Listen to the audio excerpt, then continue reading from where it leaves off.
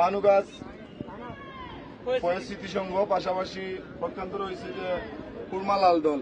আমরা দুই টিমকে টুর্নামেন্ট পরিচালনা কমিটির পক্ষ থেকে আন্তরিকভাবে ধন্যবাদ জানাচ্ছি, যারা বিগত ম্যাচগুলোতে অত্যন্ত নম্রভদ্রতা সহকারে দর্শককে তাদের সুকৌশলের ক্রীড়া নৈপুণ্য করে গেছে। দর্শকদের মুখে তাদের প্রশংসা আছে। আজকে আমরা অনুরোধ করবো এটাই যে আপনারা কুরমা লাল দল, পাশা পক্ষান্তরে বানুগাছ স্মৃতি সংঘ, দুই টিমই আপনারা অত্যন্ত সেরা সুন্দর একটা ক্রীড়া নৈপুণ্যতা প্রকাশ করবেন মানুষের মাঝে, যেটা স্মৃতি হয়ে থাকে।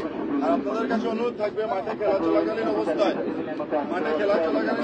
পরিচালকের সিদ্ধান্ত আমরা কমিটি বলে যাচ্ছি, এখনো বলতেছি যে চূড়ান্ত বলে গণ্য হবে। যদি কোনো ধরনের কোনো কিছু ঘটে সেটা আপনারা আমাদেরকে 72 ঘন্টার ভিতরে লিখিতভাবে জানাবেন, আমরা ব্যবস্থা গ্রহণ করবো।